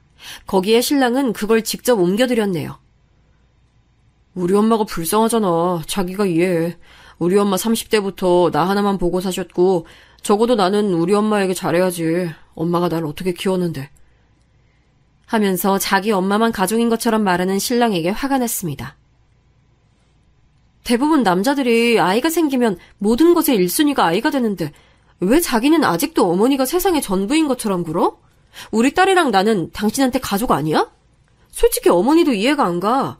나 애 낳고 나서 쓰라고 받은 건데 그걸 어떻게 가져갈 생각을 할 수 있는지. 내가 딸이었어도 이러실까? 저는 울면서 말했습니다. 우리 엄마가 나를 위해 준 것까지 가져다 주니 화가 나더라고요. 남편은 이런 제 행동을 산후 우울증의 일종으로 생각하면서 그저 엄마는 불쌍하니까 우리가 이해해야지. 당신은 아직 젊고 살 날도 많으니까 라는 이유로 모든 걸 이해시키려 했습니다. 남편은 이렇게 시댁과의 문제가 생기면 그저 넘어가기만 바랐습니다. 이야기 자체를 피하기도 했고요. 이런 문제는 계속 터졌습니다. 하루는 아이가 아파서 병원에 가려고 바쁘게 준비했습니다. 어머니께서 전화가 왔습니다. 엄마가 일하다가 넘어져서 손목을 삐끗한 것 같은데 병원 좀 같이 가자 하시더라고요. 어머니가 일하시는 편의점 바로 옆 건물이 정형외과가 있는데도 불구하고 같이 가자고 전화를 하신 겁니다. 하지만 저희 집 근처에는 소아과가 없어서 걸으면 15분 정도 차를 타면 5분이면 갈 수 있는 거리에 소아과가 있었어요. 전 당연히 남편이 저희랑 같이 갈 줄 알았습니다. 아이가 열이 나고 아이랑 한 번 나가려면 젖병에 기저귀, 물티슈 등 정말 짐이 많거든요. 신랑은 저랑 아이를 소아과 건물에 내려주고는 시어머니께 갔습니다. 서럽더라고요. 그날 저녁 늦게야 집에 와서는 너는 엄마가 병원에 갔는데 어떻게 됐는지 전화 한 통 안 하니? 라고 오히려 화를 내는 겁니다. 저는 어이가 없어서 내가 남의 자식 키워? 당신 딸이야. 애가 아프고 아이랑 병원 가려면 이 짐들을 내가 다 들고 가야 돼. 어머니가 거동이 불편하셔? 아님 뼈가 부서져서 손이 아예 안 움직여졌어? 그것도 아니면 어머니가 다 큰 성인인데 혼자 병원도 못 가? 아니 지금 누가 화를 내야 하는 상황인데 당신한테 우린 가족도 아니야? 제가 너무 서럽게 울자 신랑은 엄마가 혼자니까 더 마음이 간다며 이해해달라고 하더라고요. 그리고 우리 가족도 소중하다며 저를 달랬습니다. 어머니가 80이 넘은 노인이시면 이해가 갔을지도 몰라요. 하지만 아직 60대시면 노인이 아니잖아요. 모든 걸 아들이랑 공유하고 본인이 할 수 있는 일조차 아들을 시키는 게 도저히 이해가지 않았습니다. 하지만 저 또한 이 문제는 답이 없다는 걸 알고 있었습니다. 저희는 싸울 때마다 같은 문제로 싸우다 보니 저도 지쳤어요. 늘 신랑은 시어머니에 대해 무조건적인 이해를 바랐습니다. 맞벌이를 하다가 외벌이가 되자 생활비가 부족하더라고요. 그래서 저는 아이 돌잔치를 끝내고 바로 일을 시작할 준비를 했습니다. 신랑 혼자 벌어서 어머니 대출금에 저희 생활비에 늘 마이너스라서 두 돌까지는 제 손으로 아이를 키우고 싶었는데 할 수 없이 어린이집에 맡겼어요. 처음엔 친정엄마가 딸아이를 봐주신다고 하셨어요. 하지만 신랑이 극구 반대를 하더라고요. 다른 집 아이들도 돌 지나면 요즘은 어린이집 보낸대. 그러니까 걱정하지 말고 보내자. 어머니 오셔서 주무시면 불편하실 거고 매일 1시간 거리를 친정에서 왔다 갔다 하는 것도 힘드실 거야. 그러니 어린이집 보내고 내가 저녁 타임은 책임지고 애 돌볼게. 오전에는 제가 아이를 보고 집안일을 한 후 학원으로 출근하고 오후 6시부터는 신랑이 아이를 전담으로 맡기로 했습니다. 학원 수업에 아이 케어까지 정말이지 몸이 2개라도 모자랄 것 같은 시간이었죠. 하루는 어머니가 전화를 하셨습니다. 내가 너무 힘들어서 전화했다. 너 학원 다른 곳으로 알아보면 안 되니? 고등학생이 아니라 초등학생 가르치면 6시면 마친다고 하던데 내가 매번 애 씻기고 밥 먹이고 힘들어 죽겠어. 알고 보니 신랑은 늘 어머니 집에 가서 저녁을 먹었고 애 씻기는 것 또한 어머니에게 부탁하고 본인은 친구들을 만나러 갔더라고요. 너무 화가 났습니다. 이제 돌 지나서 부모의 부재를 느끼고 아는 시기인데 일주일에 2번을 그렇게 나가서 놀았더라고요. 저는 신랑에게 바로 전화를 했습니다. 자기야 지금 어디야? 지금 왜 시댁에서 어머니가 우리 소라를 보고 있으셔? 어머니가 힘들다고 애 데리고 가라 하시더라?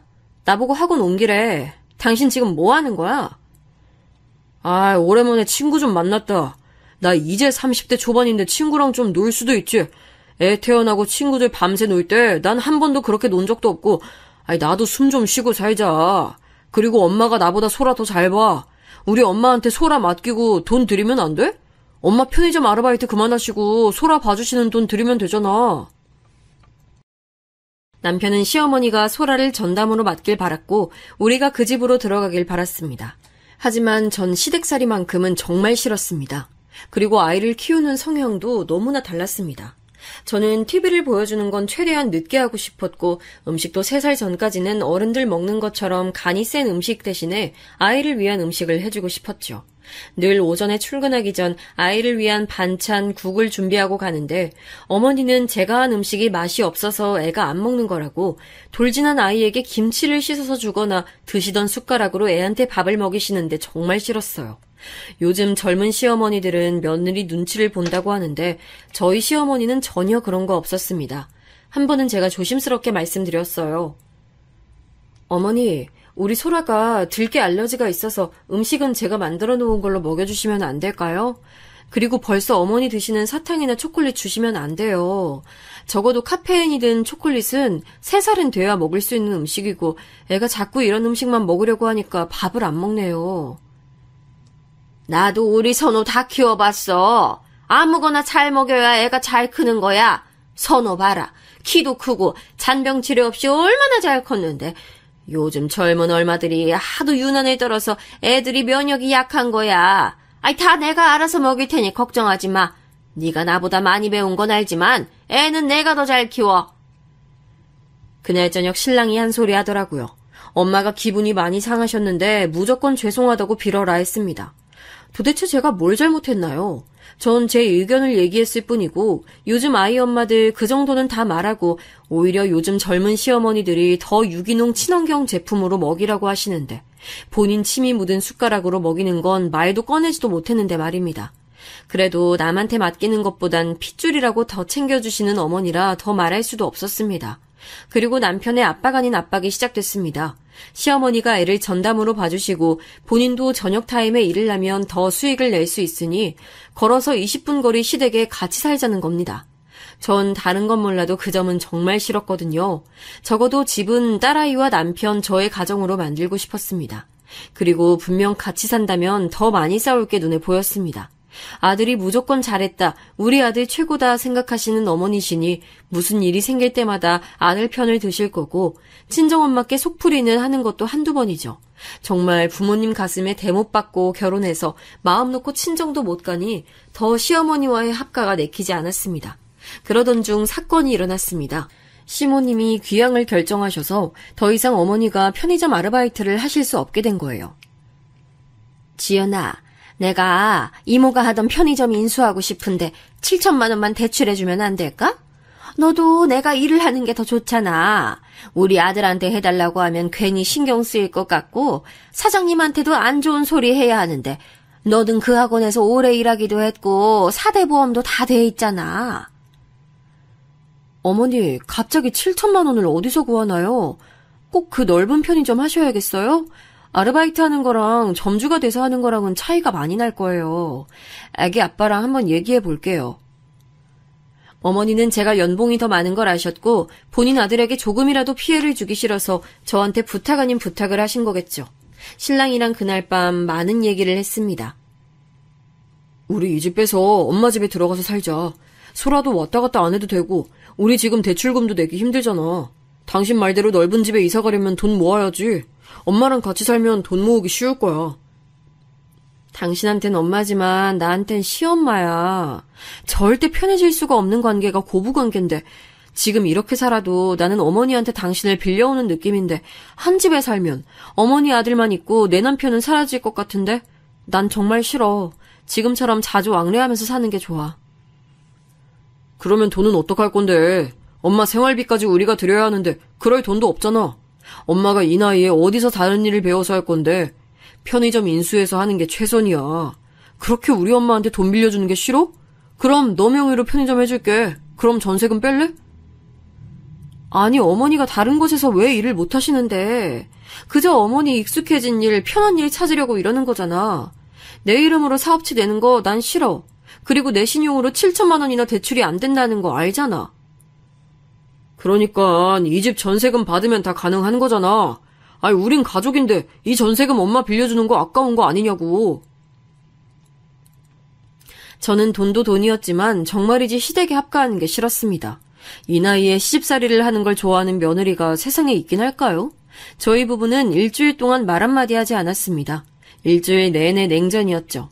너무 속상해서 친정엄마에게 전화를 걸었습니다. 정말 이럴 때 가장 많이 생각나는 건 바로 엄마인 것 같아요. 엄마, 정말 힘들어. 효자 아들 다들 기피하는데 나는 왜 이런 선택을 했을까? 정말 시집살이는 하고 싶지 않은데 자꾸 내 전세금으로 지금 편의점 점주하시고 싶다고 자꾸 말씀하시는데 정말 어떻게 해야 할지 모르겠어. 엄마, 맨날 이런 말해서 미안해. 나중에 내 딸이 이러면 정말 속상할 것 같아. 아이고, 우리 딸이 그렇게 엄마 말 안 듣고 결혼하고 딸 낳으니 이제 엄마 맘 알겠어? 그래도 이제 딸도 있는데 이혼할 수는 없잖아. 엄마가 아빠 몰래 비상금 대출이라도 해서 보태줄까? 우리 딸 시집살이 하는 건 엄마도 싫은데. 엄마가 돈 좀 알아볼게.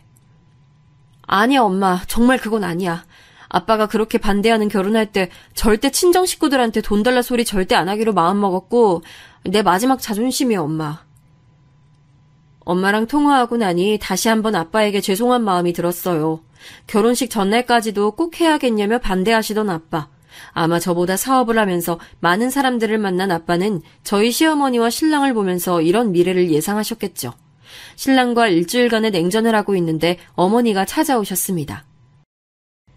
내가 돈 구했으니 너희들 너무 걱정하지 마라.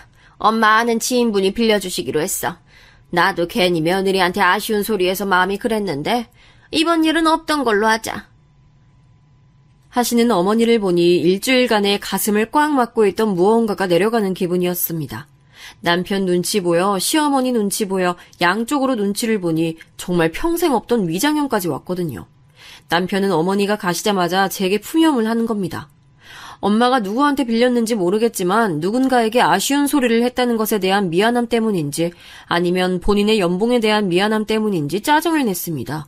아직도 어머니랑 한 집에서 살고 싶은 미련 때문인지도 모르겠습니다. 하지만 먼저 말을 안 꺼내기에 저는 끝까지 모른 척했죠. 저는 정말 같이 사는 건 너무나 싫었거든요. 그 외에도 남편과의 갈등이 될 만한 일들은 결혼 생활 내내 많았습니다. 작년에 있었던 일입니다. 어머니 환갑생신이라서 필리핀으로 환갑여행을 다 같이 갔습니다. 작년에 이모님 칠순 때 온 가족 필리핀 여행이 너무나 부러웠다는 어머니는 본인 환갑 때 꼭 가고 싶다고 말씀하시더라고요. 저는 신랑에게 알아보고 결제하라고 했습니다. 어차피 패키지로 갈 거라 생각했기 때문에 여행사 알아보고 이모님이 가신 곳 가고 싶다고 하셔서 고르는 건 쉽게 할 줄 알았습니다. 그런데 신랑은 한 달이 지나도 여행 상품을 고르지 못하더라고요.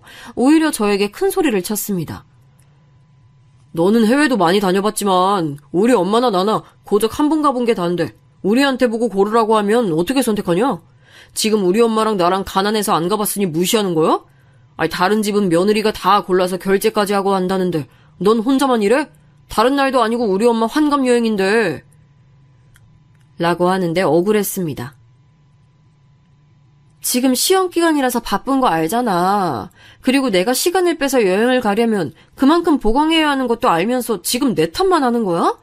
자기가 어머니랑 저녁 식사할 때 검색하면서 얘기 나누면서 고르면 되잖아.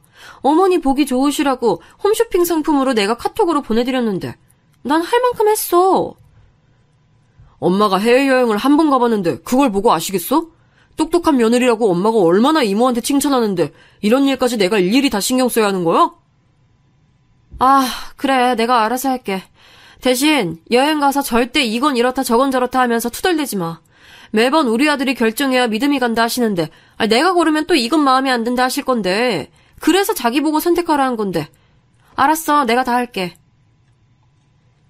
어머니는 늘 제가 선택한 곳은 비싸다, 돈을 많이 쓴다는 식으로 말씀하셔서 이제 시댁 관련한 일은 제가 결정하고 싶지 않았는데 이러한 사소한 일들까지도 저희 부부는 싸움이 되더라고요. 그래서인지 어느 순간 저희 부부는 대화가 없어지는 걸 느꼈습니다. 신랑의 모든 이야기는 어머니랑 연관돼 있었고 저는 이해할 수 있는 범위를 벗어난 그 둘의 행동에 지쳐갔습니다. 그렇게 하루가 또 1년이 지나서 여기까지 왔네요. 새로 시작한 어머니의 편의점 점장 일은 생각보다 바빴습니다. 상대적으로 젊은 시어머니시지만 컴퓨터로 발주내고 하는 일은 버거워하셨어요. 그러다 보니 신랑이 전담으로 할 때도 있었습니다. 하루는 신랑이 밥을 먹으면서 얘기를 꺼내는 겁니다. 엄마 혼자 하는 거 너무 힘들어하시고 요즘 운동센터도 개인 회원이 줄어서 나도 눈치 보여. 엄마가 하는 편의점 아르바이트생 고용하는 것보다 내가 점주를 하면서 하는 게 좋을 것 같아. 지금도 매일 발주하러 가는데 내가 아예 전담으로 하는 게 어떨까? 사실 어머니랑 같은 일을 시작하는 게 마음에 들지 않았습니다. 남편은 남편의 일을 하기를 바랐고 어머니는 어머니 일을 하기를 바랐습니다. 점점 어머니가 우리 부부에게 필요 이상으로 기대는 것도 싫었습니다. 그 느낌 아실까요? 내 남편을 내가 빌려 살고 있는 느낌. 딱 그 표현이 맞는 것 같습니다. 어머니 아들은 저랑 딸아이가 빌려서 같이 사는 느낌이라서 같이 일하는 것에 대해 반대했습니다. 너는 엄마랑 관련된 일은 다 반대하더라. 너한텐 시어머니겠지만 나한텐 어머니거든? 엄마가 힘들게 한다는데 안쓰럽지 않아? 엄마가 돈 벌어보겠다고 저렇게 열심히 일하는데 도와주진 못할 망정. 내가 같이 하겠다고 하면 잘해보라고 응원해주면 안 돼? 이런 상황에서 응원을 할 수 없는 게 대부분의 며느리 아닐까요? 어디서 돈을 빌려왔는지 미리 알았다면 아마 저는 큰 소리 내면서 당당하게 반대했을 텐데 그때는 그 큰 비밀을 알지 못했습니다. 이 비밀이 드러난 건 반년 후 어머니 생신 때였습니다. 신랑은 결국 제 말을 듣지 않고 운동센터를 관두고 어머니랑 같이 편의점을 운영했습니다. 그래, 자기 마음대로 해. 대신에 학원 근처 아파트로 이사 갈 거야. 나도 12시 넘어서 퇴근하고 매일 택시 타고 오는 것도 솔직히 한두 푼도 아니고 그 시간에 내가 걸어올 수도 없잖아. 우리 애기도 있는데 아파트로 이사 가야지. 어린이집도 있는 곳으로 내가 다 알아봤어. 우리 딸 생각 좀 해줘. 신랑은 시어머니 아파트로 가고 싶어 했지만 저희 학원이랑 거리가 더 멀어지기 때문에 더 이상 말을 하지 않았습니다. 나름의 절충안이었어요. 어머니랑 편의점 하는 대신 시댁과 거리는 조금 멀어지는 걸로. 그렇게 일이 마무리되어 가는 것 같았습니다. 처음엔 한 달에 200만 원 정도 월급으로 가져다 줬어요. 사실 이사를 하면서 대출금도 늘어나서 정말 돈이 많이 필요했습니다. 친정엄마께 손 벌리고 싶을 적이 한두 번이 아니었어요. 하지만 내 마지막 자존심이었기에 차마 아빠에게 돈을 빌려달라는 얘기는 할 수가 없었어요. 그리고 신랑 또한 절대 처가댁 도움을 받고 싶지 않다고 늘 말했습니다. 그러던 어느 날 시어머니가 저한테 전화를 해서 계좌번호를 물어보시는 겁니다. 지연아, 너 계좌번호가 뭐니? 내가 용돈 좀 보내려고 그런다. 우리 아들이 너무 돈을 아껴서 힘들지? 내가 몰래 현금 좀 보낼 테니 계좌번호 좀 문자로 보내줘. 5분 후 300만 원이라는 큰 돈이 제 통장에 입금됐어요. 입금 문자를 보고 전 10번도 넘게 0을 세어본 것 같아요. 황당했습니다. 저 결혼 전 예단비는 고사하고 설날이나 생일이라도 어머니한테 1,000원 한 장 받아본 적이 없었거든요. 남들은 며느리 생일이면 단돈 5만 원이라도 주신다는데 한평생 돈 주신 적이 없으신 분이 갑자기 이러시니 좋으면서도 의심이 들었습니다. 그 의심은 곧 해결됐습니다. 어머니 생신이라 집에서 한 끼 간단하게 먹자고 하셨어요. 평소 어머니는 늘 소고기가 왜 비싼지 모르겠다. 나는 삼겹살처럼 김치랑 같이 구워 먹는 게 좋아 라고 말씀하시던 분이셨어요. 결혼 첫 해에 한우집을 갔는데 1인분에 3만 원이나 하는 고기를 드실 수 없다고 돈을 아껴 써야지 왜 이렇게 돈을 아끼지 않느냐고 잔소리도 들은 적이 있었어요. 어머니랑 신랑이 편의점 교대를 하기 때문에 식당에 가기에 시간이 어중간해서 저희는 어머니 댁에서 생신상을 차려드리려고 준비했습니다. 아침부터 조기에 나물에 미역국을 준비해서 어머니 집으로 갔어요. 하루 종일 장보고 음식한 저에게 신랑은 오자마자 소리를 질렀습니다. 야, 넌 엄마 생신인데 삼겹살이 뭐야? 소고기 정도는 사와야지. 나랑 엄마가 얼마나 고생해서 돈 버는데 고작 삼겹살, 매일 먹는 삼겹살이나 먹어야겠어? 니네 집은 갈 때마다 소고기 먹으면서 우리 엄마는 생신인데도 삼겹살 먹어야겠냐? 너 자꾸 우리 엄마 무시할래? 하면서 소리를 질렀습니다. 사실 소고기를 살까 고민도 했습니다. 하지만 어머니는 삼겹살을 더 좋아하신다고 본인이 말씀하셨고 고기 외에도 생신이라 나물에 생선에 국에 준비한 것들이 많아서 이게 문제가 될 거라고 생각도 못했습니다. 거기에 이사를 하면서 정말 마이너스 통장까지 사용하고 있는 이 판에 10만 원이나 주고 소고기를 살 수도 없었습니다. 제가 저희 친정에 소고기 한번 사가고 신랑한테 저런 말 들었으면 억울하지도 않습니다. 전 늘 부족한 살림에 명절에 2번 친정에 갈 때마다 엄마가 좋아하는 케이크 하나 사들고 간 게 답니다. 엄마는 늘 그 이상으로 신랑 몰래 상품권이나 애 선물이다 하면서 챙겨주셨는데 그래놓고 자기 엄마 생신이라고 소고기 안 사왔다는 이유로 소리치면서 다가오는 신랑을 보니 저도 피가 거꾸로 쏟았습니다. 왜? 돼지고기가 어때서? 그렇게 어머니 하면 본인 어머니인데 자기가 음식 준비하지 그래. 아침부터 장 봐서 국 끓이고 생선 굽고 나물 차린 거 안 보여? 그리고 어머니 삼겹살 좋아하는 거 아들이 몰라? 도대체 왜 이러는데? 하면서 제가 처음으로 큰 소리를 내니 신랑은 더 화를 내면서 너 당장 일로 나와. 지금 어디서 큰 소리야? 시엄마가 우스워? 내가 우스워? 아이고 그냥 먹으면 되지. 넌 이 시애미 생일날 큰 소리 나게 해야겠니? 네가 자꾸 우리 아들 말 안 들으니 싸우지. 그만들 좀 싸워라. 어머니는 아들만 눈에 보이시죠? 제가 오전부터 이렇게 음식 준비한 건 전혀 고맙지도 않으시죠? 우리 엄마 생신인데 며느리가 음식 차리는 게 당연하지. 네가 우리 엄마한테 잘하는 게 뭐야? 우리 엄마가 소라도 키워주고 얼마나 고생하는데 어디서 시어머니한테 큰 소리를 내? 하면서 제 뺨을 치려던 순간 띵동 소리가 났습니다. 시어머니가 문을 여니 저희 아빠가 서 계시더라고요. 깜짝 놀랐습니다. 아빠는 아마 아파트 복도서 이야기를 다 들으신 것 같았어요. 아빠는 바로 저희 시어머니 뺨을 때렸습니다. 당신 내가 돈 빌려줄 때 아들 관리 잘하라고 했지? 나한테 돈 빌려갈 때 우리 딸 눈에 눈물 안 나게 잘하겠다 했어 안 했어? 얼마 전에도 애들 이사한다고 돈 달라고 찾아와 놓고선 지금 우리 딸이 이런 대접 받고 있었던 거야? 저희 어머니는 손을 벌벌 떨면서 아들을 앉히며 아이고 사돈 제가 잘못했습니다. 선우야 어서 사돈 어른께 잘못했다고 빌어라 어서. 저는 너무나 어이가 없었습니다. 결혼을 끝까지 반대하신 아빠는 사실 저에게 일절 연락을 안 하셨습니다. 반대하는 결혼을 한 딸을 안 보고 싶어 하셨어요. 그런 아빠가 시어머니께 돈을 빌려준 장본인이셨다니 저는 처음 듣는 소리였습니다. 아빠 지금 무슨 말씀이세요? 혹시 어머니 편의점 돈 갑자기 어디서 났나 했는데 아빠가 빌려주신 거예요? 어머니는 그런 말을 왜 저한테 하지도 않으셨어요? 거기에 얼마 전 이사한다고 주신 돈도 설마 저희 아버지한테 받으신 거였어요? 어쩐지 한평생 10,000원짜리 한 장 주신 적 없으신 분이 300만 원이라는 큰 돈을 주셔서 웬일인가 했어요. 뭐 300만 원? 당신 지금 내가 준 돈 1,000만 원에서 700은 빼고 준 거야? 진짜 몹쓸 사람이네.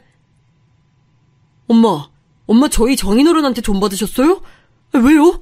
친구분한테 빌리신 거라 하셨잖아요. 제가 이러면 이 사람한테 기죽어서 어떻게 살아요? 한순간 난리가 났습니다. 오늘 아빠가 오신 건 사돈 생신이라 케이크 하나 전해줄 겸 오셨고 이제라도 딸이랑 사위에게 전세금 얘기를 할 생각으로 오셨다고 합니다. 생신이라는 핑계로 딸에게 금전적으로 도움을 주고 싶으셔서 시댁 어른이 있을 때 말을 하려고 오셨던 거였습니다. 알고 보니 저희 시어머니는 저희 아버지가 강남에서 부동산을 하시는 걸 아셨고 급한 돈이 필요하자 아버지 부동산으로 찾아가셨던 겁니다. 저에게 대출해달라고 말씀하신 다음 날 시어머니는 저희 아버지를 찾아가셨습니다. 사돈어른, 제가 이런 말 하는 거 불편하게 듣지 마시고요. 제가 지연이에게 대출을 좀 해달라고 했는데 지금 연락이 안 되네요. 딸아이 이름으로 대출 내는 거 원하시지 않을 것 같아서 사돈어른 먼저 찾아왔어요. 듣자 하니 사돈어른이 저희 옆 빌딩 건물 사장님이라고 하시던데 전 그걸 이제야 알았네요. 저희 단골 손님이 말씀해 주셔서 알았어요. 박 사장이 말했나 보네요. 제가 빌려준 거 알면 딸아이도 기분 나빠할 것 같은데 절대 친정에 손 벌리지 않는다고 나갔으니. 지금 대출 금리 아시죠? 많이도 아니고 딱 7천만 원 빌려주세요. 나머지는 제가 알아서 할게요. 저희가 열심히 벌어서 손녀도 잘 키우고 우리 애들 다 물려받을 건데 제가 부지런하게 장사해 볼게요. 저희 아들은 계약직이라 대출도 힘들고 지연이한테 대출해달라고 했는데 연락이 없네요. 저희 딸이 알면 자존심 상해할 테니 안 그래도 명절이나 돼야 집에 오는데 저희 두 사람만의 비밀로 하시고 공증은 받아놓겠습니다. 원금은 우선 1년 단위로 계약하시고요. 절대 우리 지연이한텐 비밀입니다. 나중에 제가 말하죠. 그럼요, 사돈. 저도 저희 아들이 알길 원치 않아요. 저희 아들도 괜히 기죽이고 싶지 않고 저도 며느리한테 입단속 잘할게요. 그리고 제가 지연이한테도 잘할게요. 지금도 제가 우리 며느리 친딸처럼 예뻐하고 있습니다. 오면 제가 음식도 다 해놓고 밥도 차려놓고 한다니까요. 빌려주신 돈 얼른 갚아드릴게요. 감사해요. 사돈 덕분에 돈 걱정 덜었네요. 안 그래도 아들 부부가 돈 구한다고 싸운 것 같아서 마음이 안 좋았는데 다행이네요. 그렇습니다. 저희 시어머니는 아는 분께 저희 친정아빠가 건물주인 걸 들으셨고 편의점을 하기 위해서 7천만 원이라는 큰 돈을 빌리신 겁니다. 저한테 대출해달라고 한 다음 날 뻔뻔하게도 저희 아버지를 찾아가신 거였습니다. 아빠는 저를 위해서 말도 못하시고 돈을 빌려주셨고 딸이 속상할까봐 내색도 못하셨는데 이 사단이 난 걸 보신 거죠. 지연아, 너 정말 계속 이렇게 살 거냐? 아빤 더 이상 못 본다. 이렇게 식모처럼 살 거야? 네가 아무리 잘한다 해도 너에게 손 찍어만 녀석 나는 더 이상 못 봐. 요즘 젊은 세대들 이혼은 문제도 아니야. 아빠가 도와줄게. 너도 좀 편하게 살자. 저렇게 본인들밖에 모르는 것들 상종하지 말고. 아빠의 진심 어린 말을 듣는데 눈물이 났습니다. 시어머니가 찾아오셨을 때도 얼마나 우리 아빠는 속상했을까요? 본인 아들도 아니고 며느리에게 대출 내라고 당당한 요구한 시어머니를 보면서 말이죠. 눈치 없고 철이 덜 든 신랑은 이 상황에서도 왜 자기 어머니를 때리시냐며 저희 아버지에게 달려들었습니다. 그 모습을 보니 이제 정말 끝이구나. 이 지옥에서 탈출해야겠다는 생각만 들었습니다. 지난 6년간 힘든 고부 갈등과 효자 아들 사이에서 얼마나 힘들었는지 짝사랑의 콩깍지는 예전에 떨어졌지만 그래도 부모님이 반대하는 결혼을 해서 단 한 번이라도 행복하게 잘 사는 모습을 한 번쯤은 보여드리고 싶은 마음이 컸습니다. 그런데 이제 다 무너지더라고요. 아빠, 나 이혼할래. 내 딸이랑 둘이서 살래. 다시는 이 인간이랑 마주치고 싶지도 않아. 아빠는 제 손을 잡고 저희 아이 손을 잡고 나갔습니다. 아이고 사돈, 이렇게 가시면 어떡합니까? 제가 몇 대라도 더 맞을게요. 지연아, 우리 아들 지금 버리는 거야? 그럼 우리 손녀는 애비 없는 자식으로 만들 거야? 네, 어머니. 여태 애비 없는 자식처럼 컸어요. 애가 아파도 애랑 저랑 버리고 어머니 병원에 가고 매일 저희 걱정보다는 어머니 걱정만 하는 아들. 제가 이 사람의 가족이 아니라 어머니가 이 사람의 가족인데 저희 자리는 애초에 없었네요. 당신 그렇게 사랑하는 어머니랑 잘 살아. 당신 인생에 내가 꺼져줄게. 저는 그렇게 모든 짐을 그대로 두고 아이랑 친정집으로 들어왔습니다. 엄마가 그제야 모든 이야기를 해주셨어요. 시어머니는 편의점 하신다고 처음에 7천만 원 빌려가시고 다음엔 저희 이사한다고 귀띔해주시고는 1,000만 원을 만들어줘야 인테리어라도 한다고 말씀하시면서 돈을 빌려가셨답니다. 뿐만 아니라 분양권을 아들 이름으로 해달라고 요구하시면서 자기가 손녀를 키우고 있는데 용돈 한 번 받은 적이 없다며 불쌍한 척을 해서 아버지가 백화점 상품권을 100만 원 드렸다고도 했습니다. 그 외에도 알고 보니 애 생일이다 해서 몰래 용돈으로 주겠다 하시며 몇백씩 받아가셨답니다. 사돈이라는 관계가 어려운 관계 아닌가요? 이렇게 돈을 빌려달라고 당당히 요구할 수 있다는 것도 정말 이해 불가였지만 빌리고 나서 저한테 했던 그 당당한 요구들은 더 이해가 안 갔습니다. 저희 시어머니는 말끝마다 너는 부유한 아버지 밑에 자라서 돈 씀씀이가 해프다. 우리 아들도 그런 아버지 밑에서 자랐으면 학벌도 너보다 좋았을 텐데 라는 말을 늘 하셨습니다. 저는 가만히 이혼해주길 기다리기가 싫었습니다. 여태까지 받은 시집살이 대가를 톡톡히 치르게 해주고 싶었습니다. 하지만 저희 시댁은 정말 기가 찰 정도로 비양심적이었죠. 남편은 아이 데리고 지금이라도 집에 오면 용서해주겠다며 오히려 큰 소리 쳤고 시어머니 또한 이혼녀라는 타이틀 가지고 싶은 게 아니라면 당장 집으로 와라 라고 하셨습니다. 그리고 어미가 돼서 이혼을 그렇게 쉽게 하면 되겠냐고 문자에 전화에 사람을 너무 힘들게 하더라고요. 뒤돌아보고 싶지 않은 결혼 생활이었지만 저희 딸아이에게는 친아빠이자 친할머니이니 아이에게 한없이 미안한 마음이 들었습니다. 소라야, 엄마랑 아빠가 이제 다른 집에서 살려고 해. 엄마랑 여기서 외할머니랑 외할아버지랑 살까 하는데 소라 생각은 어때?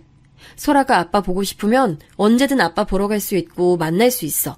다만 같은 집에서 사는 게 아니라 아빠는 아빠랑 할머니랑 같이 사는 집에 사는 거고 소라는 여기서 엄마랑 사는 거야. 응, 엄마 나 외할머니 집 좋아. 여기 어린이집도 좋아. 그리고 여기선 엄마가 웃고 있잖아. 저는 생각해보니 아이 앞에서 웃어본 적이 언젠지, 같이 침대에 누워서 얘기 나눠본 적이 언젠지 기억이 나지 않을 정도로 바쁘게 살았는데 친정에서 하루 종일 아이랑 함께 생활하니 아이에겐 더 좋았나 봅니다. 저는 친정에서 평소 하고 싶었던 공부를 하고 이혼에 관련된 것은 다 아빠에게 전임했어요. 아빠도 내가 알아서 할 테니 너는 소라랑 행복해질 생각만 해 라고 하셨고요. 그렇게 한 달이 지났을 때 집 앞에 신랑이 서 있더라고요. 지연아, 너 정말 나랑 이혼할 거야? 지금 이혼 소송에 다음 달에 편의점 계약 만료까지 다 장인어른이 손 쓰신 것 같은데 지금 뭐 하는 거야? 이대로 다 끝나는 거야? 아니지? 우리 이렇게 끝인 거 아니지? 그때는 내가 편의점 일도 잘 안 되고 엄마도 너무 힘들어하시고 하니까 나도 모르게 자기에게 화풀이한 거 인정할게. 내가 잘못했어. 그렇다고 이렇게 집을 나가서 이혼 신청서를 보내면 어떡하냐? 소라가 얼마나 상처받았겠어. 소라 걱정하는 척 하지 마. 그렇게 걱정되는 사람이 소라 집에 두고 나가서 친구랑 술 마시고 당구 쳤어? 그리고 너한테 가족 너희네 엄마뿐이잖아. 그렇게 사랑하고 같이 살고 싶은 네 엄마랑 잘 살아. 그리고 그렇게 친정이랑 비교하시더니 나 몰래 돈이랑 상품권까지 받아가셨더라? 너도 알고 있던 거 아니야? 그래놓고 나한테 시댁이랑 친정이랑 비교하지 말라고 신경질 낸 거야? 신랑은 무릎 꿇고 빌더라고요. 하지만 한번 마음이 돌아서고 나니 이 사람과 다시는 가족이라는 이름으로 묶이고 싶지 않았습니다. 내가 마지막으로 얘기할게. 내 딸은 내가 키워. 자산도 내가 더 많고 변호사 만나보니 미취학 아동이라서 엄마에게 우선 양육권 있다더라. 소라도 나랑 살고 싶다고 했고 그리고 지금 사는 집도 내 이름으로 된 내가 산 집이니 당신이 소유권 주장할 수도 없고 차는 자기가 산 거니 자기가 들고 가. 뭐 날 위해 단 한 번 데리러 온 적도 없는데 어머니 모시러 다닐 때나 사용한 차 당신 가져. 난 필요 없어. 그리고 아빠한테 빌린 돈 다 물어내. 변호사 끼고 재판으로 가면 당신들만 더 힘들어져. 이제 우린 남이니까 돈 빌려준 만큼 받아야지.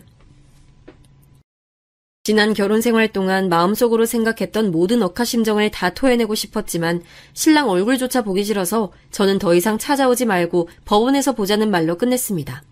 하지만 이게 끝이 아니더라고요. 저희 뻔뻔한 시어머니는 집 앞에 매일 찾아오셨습니다. 지연아, 이러지 마라. 왜 이혼하려고 하니?